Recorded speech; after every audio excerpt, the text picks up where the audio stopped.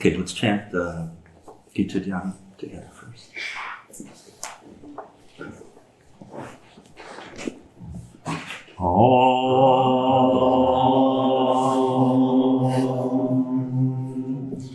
O Bhagavad Gita, by which Arjuna was illumined by Lord Krishna himself, and which was composed of 18 chapters within the Mahabharata by the ancient sage Vyasa.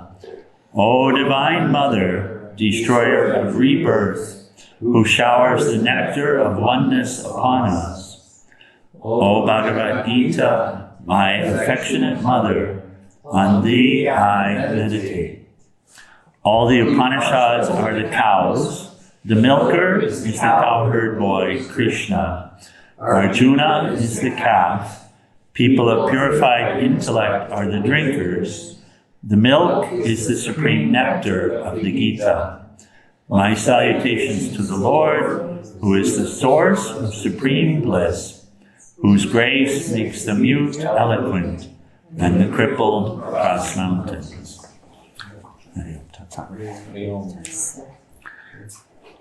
So yesterday was, after the last of the Navaratri pujas, yesterday, the day is called Vijaya Dashami.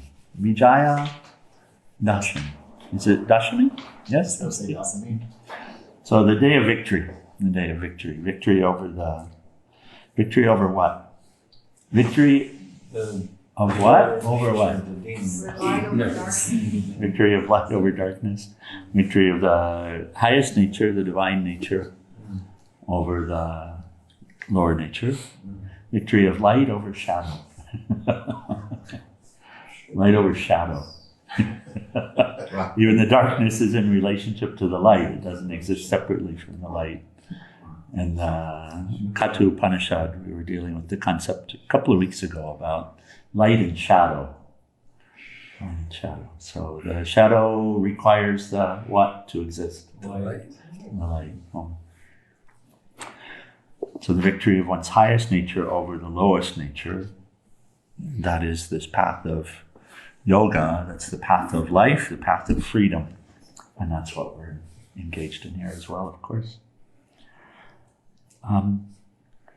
Okay. We're in Yoga of Renunciation. We'll pick up here.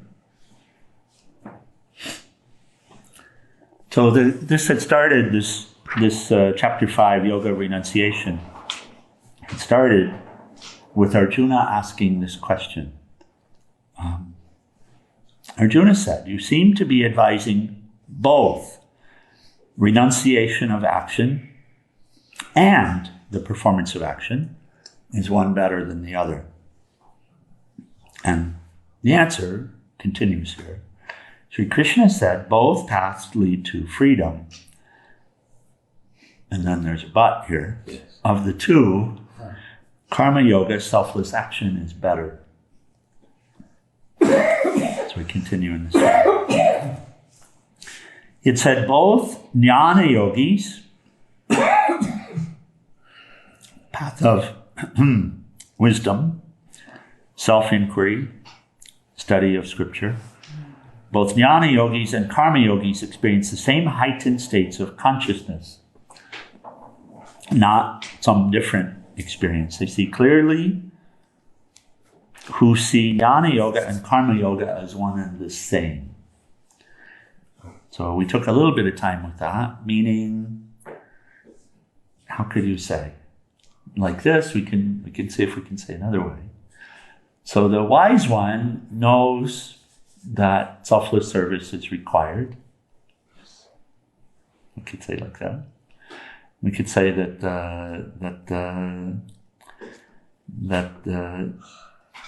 one who loses themselves, little self, in selfless service, discovers themselves in truth. We can say like that. So, anything else? Any other?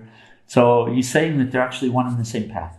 In knowledge, we lose the self and find the true self. And that knowledge is revealed in a way. That knowledge is revealed. That knowledge exists, correct? Yes. Yeah. covered by smoke. Media. Yeah. Smoke, vidya. And then how to blow away the clouds, how to release the smoke. Karma yoga, self-service. Yajna, spirit of self-sacrifice. Okay.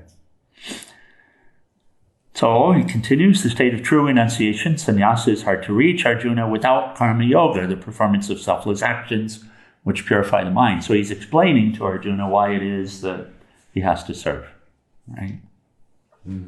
Why it is that he has to act. It's in the highest good. It's in his duty. It's not even just that, because it will purify. It's the path to wisdom, because it will purify. It's why he was born.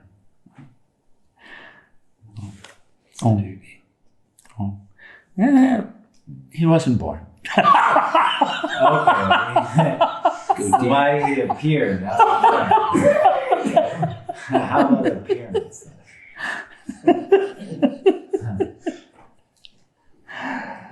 There's only one thing that solves the problem. There's only one problem. I love Swami Chinmayananda when he says, it seems like there are countless problems, so many problems in the world. It seems like there's so many problems, right?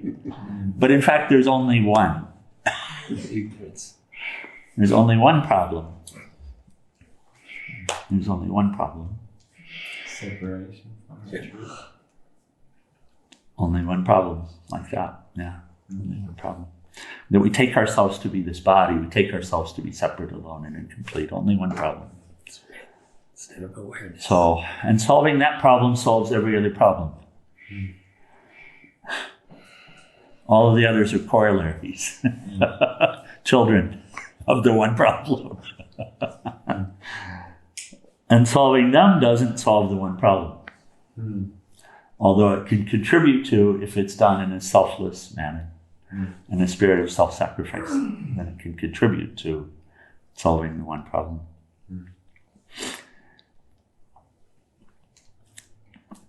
Anyone who meditates regularly with a mind made pure by karma yoga soon realizes God. And here we pick up. Was that the shloka? Yeah, that's the second half of the shloka. Oh. The state of true renunciation is hard to reach, Arjuna, without karma yoga, the performance of selfless actions which purify the mind. Anyone who meditates regularly with a mind made pure by karma yoga soon realizes God. That's the shloka. And 6. True renunciation, we continue in the vein in terms of, he'll explain true renunciation as well. But what do we suppose is to be renounced? Doubt, judgment, I mean, the inner. Selfish motives? All of that, yeah. What's true renunciation? Freedom. Renouncing I, me, mine. Renouncing I, me, mine. That's it. The separate I, me, mine. Renouncing the Peace Pilgrim. Our beautiful, dear Peace Pilgrim. She speaks of the steps towards peace as being 12. But she's very flexible in the way that she presents it. She groups them as preparations, purifications, and relinquishments. And she speaks of in the relinquishments, the first relinquishment is the relinquishment of self-will, little s will, which is a big relinquishment, as you could probably, it's a big one. And then the second relinquishment being the relinquishment of the feeling of separation. So that's the curse. If there's a curse here, if there's something that we're suffering from, it's feeling separate. It's identification with this idea of separation, with this feeling of separation. We come into the room and we see others in the room when we come into the room. And that's as if a curse, because there is no other. These are all aspects of the same God, of the same self. All aspects of the same. In the same way that the different colors of light from the sun are all the one sun and nothing other than the one sun. They've never been anything other than the one sun. They could never be anything other than the one sun. In the same way, we couldn't be separate. We try, but we couldn't be separate. So what's the true renunciation? This is pointing to this. I'm not this body. I'm not these thoughts. I'm not these desires. And none of this. By identifying with the true self, so he goes from here, 7. As your mind becomes pure through karma yoga and well-disciplined through meditation, the senses quiet down and you see that your own self is none other than Atman. Atman's one of those words in Sanskrit, it's used ubiquitously, meaning soul. Not just soul, by the way, not just individual soul, but soul. None other than Atman. At that point, you are no longer subject to karma. So that's the big renunciation, the true renunciation. I'm not this actor. I'm not this person. In this chapter, Sri Krishna describes a renunciate. So now he describes 2 shlokas together. 8 and 9. By identifying with the true self, capital S self, you will be a sage, seeing clearly that it is not you, but the senses that move about among the sense objects.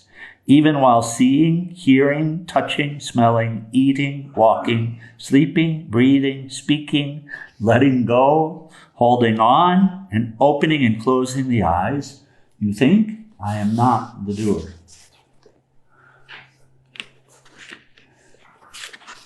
And a couple of beautiful commentaries here. I want to offer this one from Swami Venkatesananda on those 2 shlokas. He has the translation. Sometimes it's beautiful hearing a couple of translations that will support each other. The word for word, of course, will be the same. Sanskrit is identical, but the way we approach it in English can differ a bit. So here's Swami Venkatesananda. First, in that 8th shloka, he quotes, I do nothing at all. That's in quotes. This is Krishna speaking, not the commentary. I do nothing at all. Thus would the harmonized knower of truth think. Seeing, hearing, touching, smelling, eating, going, sleeping, breathing, speaking, letting go, seizing, opening, and closing the eyes, convinced that the senses move among the sense objects. And Swamiji speaks. He says, there's a subtle snag here. It is not as though the I feels greatly superior to all these activities and makes this declaration as a business executive might, quoting, I do nothing, my staff is efficient. The I itself loses its first personness, being absorbed in the cosmic being. Failure to appreciate this will land us in perversion and terrible vanity. The truth has to be discovered, not assumed and asserted. This is possible not by a physical or even psychological withdrawal from the world, but by an unceasing inquiry into the source of all action, not I, but God. Is it possible for one to be devoid of this I and yet continue to live and act? Yes, though in the very nature of phenomena, such people are bound to be extremely rare. To give a crude analogy, they function like plants. Plants have life and perhaps wonderful intelligence. And in this time, we understand more that they do have a wonderful intelligence. We don't understand how it functions. It's quite mysterious to the scientists because they don't have a brain. Even today, scientists are struggling to discover what makes the grass green and why it is capable of manufacturing food direct from the elements, whereas man has to depend upon plants for his nutrition.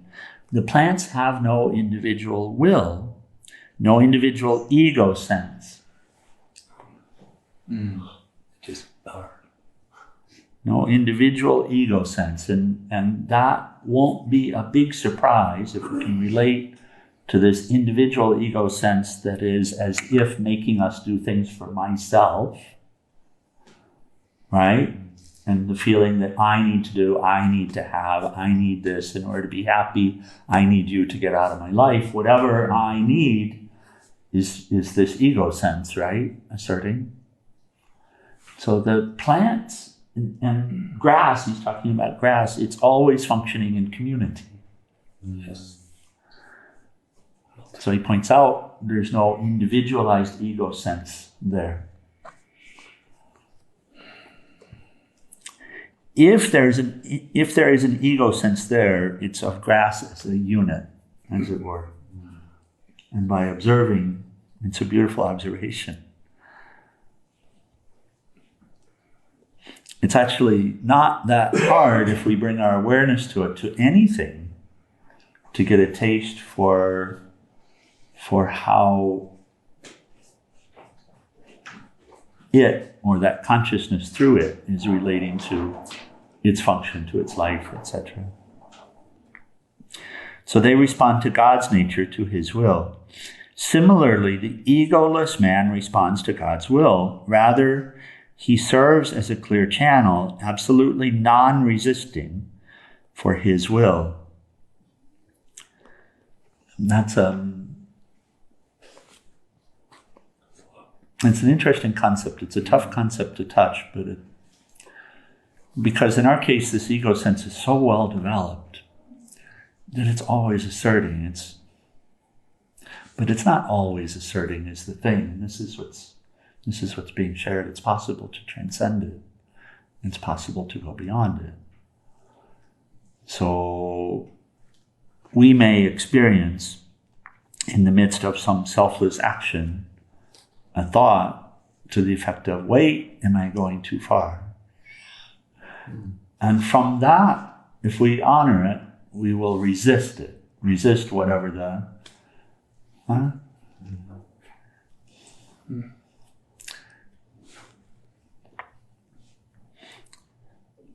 So this resistance is a blockage in the flow. The resistance is a blockage. A knot.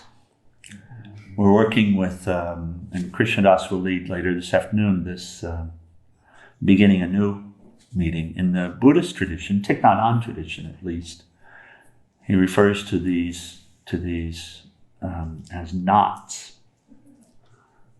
K-N-O-T, which become N-O-Ts, of course, also. But knots in the channel.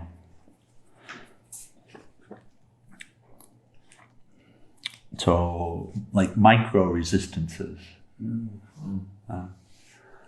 And so much not liking, but there are resistances even when there's not the conscious thought of not liking something. Swamiji, it's interesting because it's, I notice when these things happen, and it's like there's an instant suffering. Yeah. And it's like there's still something within that wants to keep the suffering and continue with that knot. That's There's an attachment to the knot. Yeah, that's that ego sense. Very subtle. Yeah. It can be very gross. It can be very subtle. But that's what it is. It's the same that holds, if we sit for meditation and might have a moment of meditation and then there's some shock in the system. That's also a knot, also the same resistance, as it were. resistance to the natural flow, resistance to the light, as it were. When that occurs, is that a release? Everyone that lets go is a release. Everyone that lets go is a release. So even if you just work with individual resistances, individual knots, and untie one, you feel a release. When you untie the greater knots, the knots that are higher up, closer to the center of this ego sense, then more will fall away. But it's always a release, isn't it? It's always a relief. Whenever you forgive something, it's always a relief, isn't it? Yes. It's ecstatic. If you forgive yourself, it's a release, right? A relief. Yeah. Yes. Oh. So if you know yourself, it's the greatest release or relief. So if we take these steps, if we're sincere, and we sincerely take the steps and untie this knot, which is the feeling of separation, then it's a great release. Right? Then the I seems to vanish. But still, you look from the outside and you say, no, that person didn't vanish because they're still doing things. That's the flow. Right. Well, that's the point being made. So maybe in this way we can touch the idea at least of non-resisting, where all of the resistances are gone. So it doesn't mean sitting all the time, right? It means non-resisting, whatever this instrument is being guided to, non-resistance of it. So similarly, the egoless person responds to God's will. Rather, he serves as a clear channel, absolutely non-resisting for his will. But in his case, the guiding factor is intuition, a ray of God's own omniscience, which lets intelligence in him, which lets him do God's will spontaneously. So getting oneself out of the way completely in that way. Since there is no egoistic intelligence in him, he is not even aware of his intuitive wisdom. But we can recognize him by the total absence of personal selfish desires in him and by the unbroken peace that he radiates. He's no longer a man, but is God. So that's one commentary. And complementary, there's a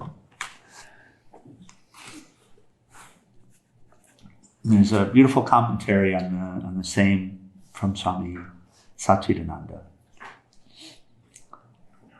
A little different perspective. Again, the shloka, just to make sure we're there. By identifying, this is 8 and 9, by identifying with the true self, you will be a sage, seeing clearly that it is not you, but the senses that move about amongst the sense objects. Even while seeing, hearing, touching, smelling, eating, walking, sleeping, breathing, speaking, letting go, holding on and opening and closing the eyes, you think, I am not the doer. Swamiji shares, this means that whatever happens through the body or even the mind, it's just the senses functioning through the sense organs. Can we relate to what he's sharing? Yes. So the senses are subtle, right? The sensations are there in the dream state as well. Yes. Where the sense organs are not required in order to experience the sensations. So here in the waking state, these same senses that are sensing in the dream are sensing through the sense organs. Yes? Not the sense organs sensing anything. Correct. So the senses are functioning through the sense organs in relationship with the sense objects. which of course we're taught are also an extension of that same, and are not independent. Right. So that the sense objects are appearing according to the psyche, we can say like this. So it's just the senses functioning through the sense organs. You know all those actions are happening, but you are not affected by them. You realize that you are just the knower. You're like a person sitting in the movie theater of your body and mind, watching the whole show, and not just things outside of you. As the knower, even your own body and mind are somewhere outside. It's as if you're surrounded by a sort of cinema with not just one screen, but screens all around, and you're constantly watching. If everything goes smoothly, if there are only nice heroes and heroines, then you'll be looking for a villain to come. Why? For tempo changes and some suspense. Only then is the movie really well written. And if we look at the mind and the way the mind functions, we can see that at work, right? Looking for the drama. Looking for the drama. I need something different. It's too good. Yeah. In the same way, to make our lives more adventurous, we have various scenes. We've been given a constantly moving show. It's best just to watch all that's happening. Unfortunately, even in a normal movie theater, people don't just watch. Very often, we hear people weeping and blowing their noses because it's a sad scene. If we go to a soccer game, we might even get kicked by people sitting nearby who forget they were only witnessing the game. Instead, they began to take part and started kicking everybody around them. He says that's exactly what's happening in our lives. We forget that we're just seeing a show. We forget that we're witnessing. We start acting and joining in. It's better to always say, I'm the witness. Then we won't get caught. That's the sign of a sage or total renunciate.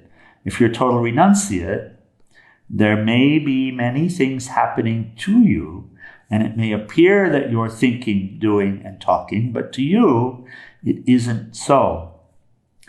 Just as others see you doing things, you also see yourself doing. They're observing, and so are you. That touches a Sri Nisargadatta quote that we've used many times.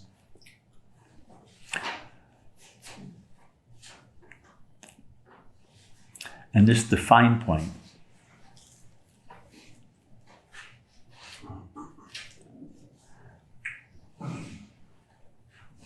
Again, trying to replicate this state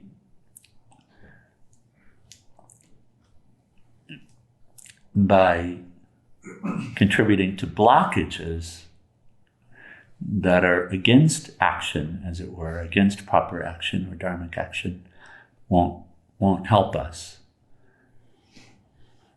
Not forgetting the guidance that's being shared with us here in the teaching. Oh, any comments or questions on the discussion this morning? I was just thinking, Oh dear. it seems like some desires do match up with the higher self or the bigger self and the small self, like just like some basic ones, like just to create. Like for me, I think I came to this planet just so I could create in the third dimension and stuff. Like that. Oh. And then maybe to write these books, like they had a desire to communicate all these things to people. Maybe that's a desire, and that's considered a desire. Like dharma, I'm not sure. So keeping in mind that this teaching is not saying that desires are bad. Right. It's not saying that. Just don't get caught up in all these different. Well, non-identification with them. Yeah. And of course, there are desires that have lost their purpose. Yeah.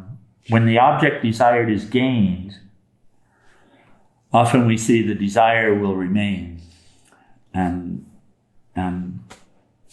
money, for example, and then it will become more money, Right. like this. So we get caught up in the desires, right? But desires, selfless desires for the good of all, or for the benefit of all, or to serve, these are uplifting desires, aren't they? Yeah. And then we've had the conversation a few times. Swami Premananda's great guidance about what's the last desire, the highest desire, is the desire to be free of desire. Moksha is a high desire. But again, will you let go of it when you're free? And you're free already, by the way. So, but moksha will motivate beneficial action. The desire for moksha will motivate beneficial action. But he's quite prescient when he says the last desire is the desire to be free of desires. So, and then now you're out of the desire tree, and now what? Does that mean that there's no action? That question was answered in this discussion. It does not mean that there's no action.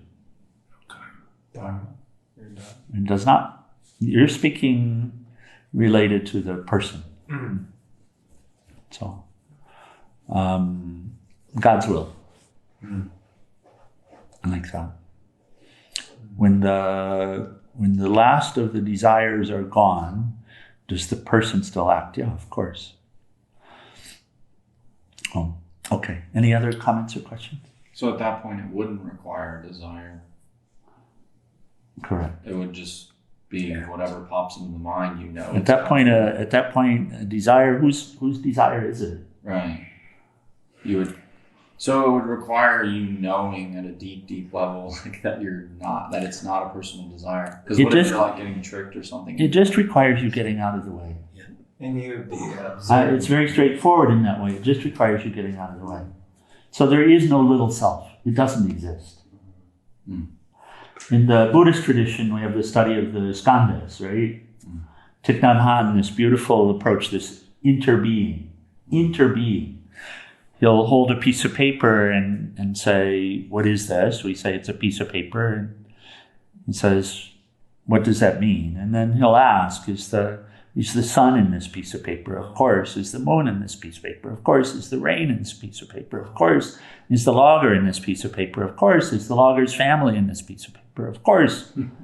And you continue to ask the questions and you see everything's universal. Whatever I took to be individual doesn't have any individual truth to it. There's no individual truth to anything. There's only that universal in expression. So when the inner comes into alignment with this, then it would be said to be a desireless state. Who would have the desire?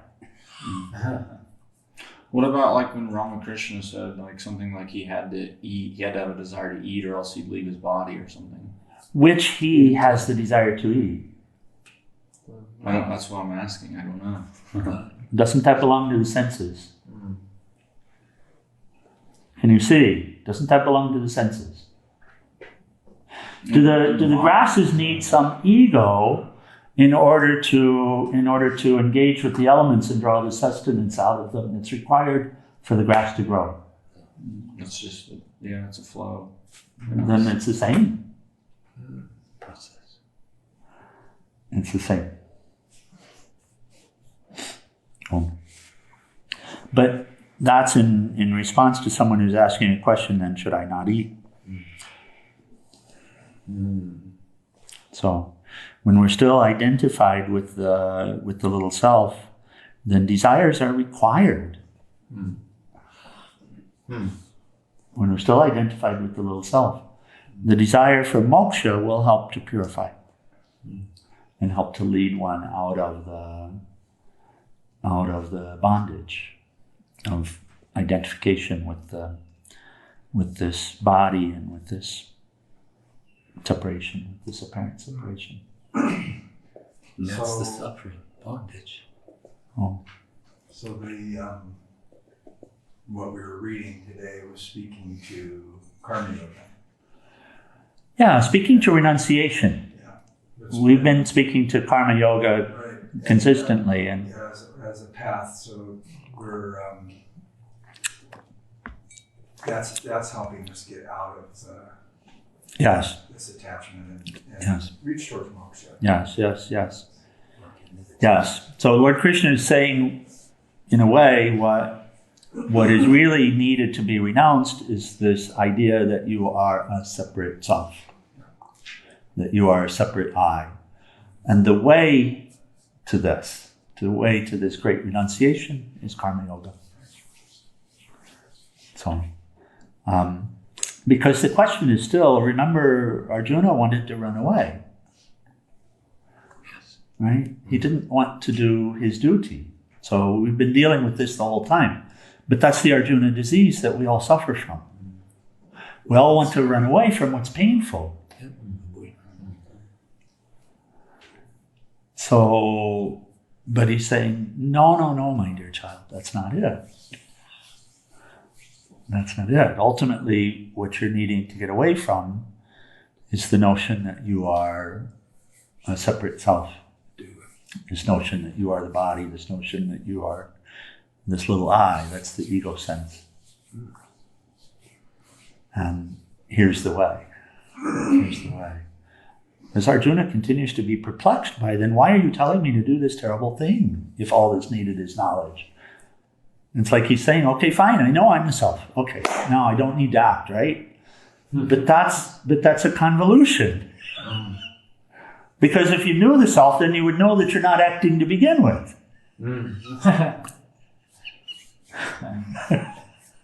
So it's attachment to the play. Identification with the character in the play. From the perspective that this character can see and pick the play. So this is why, as long as we ask these questions, we'll continue to be pointed back to karma yoga. Because if you're saying, then I know the truth and I don't want to act. I don't need to act. That's you catch that, right? Because if you know the truth, you know that I'm not the actor. So what's this not acting? Then I refuse to act. I'm not the actor, then I refuse to act. In one sense, I'm talking about the higher self, but in the other, I've come right back down here to this and said, then this is not going to jump into the battle.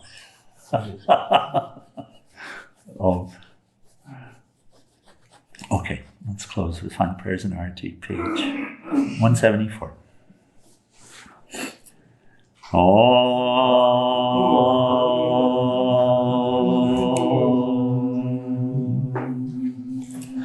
Om Trayambakam Yajamahe Sugandim Pushtivardhanam Orvai Rukameva Bandhanan Mechor Mokshiyaman Mritat Om Trayambakam Yajamahe Sugandim Pushtivardhanam Orvai Rukameva Bandhanan Mechor Mokshiyaman Mritat Om Trayambakam Yajamahe Sugandim Pushtivardhanam Orvai Rukameva Bandhanan Mrityur Mokshiyaman Mritat Om Sarvesham Swastir Bhavatu Sarvesham Shantir Bhavatu Sarvesham Purnam Bhavatu Sarvesham Mangalam Bhavatu Sarve Bhavantu Sukhinaha Sarve Shantu Niramaya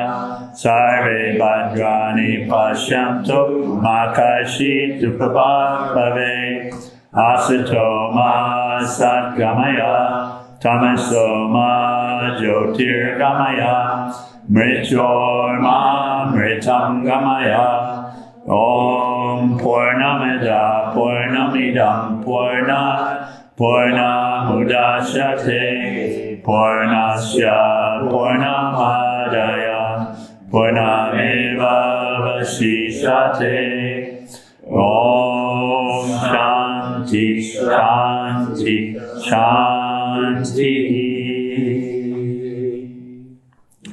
O adorable Lord of mercy and love, salutations and prostrations unto thee. Thou art omnipresent, omnipotent, and omniscient. Thou art Satchidananda. Thou art existence, knowledge, and bliss absolute. Thou art the indweller of all beings. Grant us an understanding heart, equal vision, balanced mind, faith, devotion, and wisdom. Grant us inner spiritual strength to resist temptation and to control the mind. Free us from egoism, lust, anger, greed, hatred, and jealousy. Fill our hearts with divine virtues. Let us behold thee in all these names and forms. Let us serve thee in all these names and forms. Let us ever remember thee. Let us ever sing thy glories. Let thy name be ever on our lips. Let us abide in thee forever and ever. On below Sadhguru Shivananda Maharaj Ki. And salutations to all the saints and sages of all traditions. Okay, let's stand for our tea.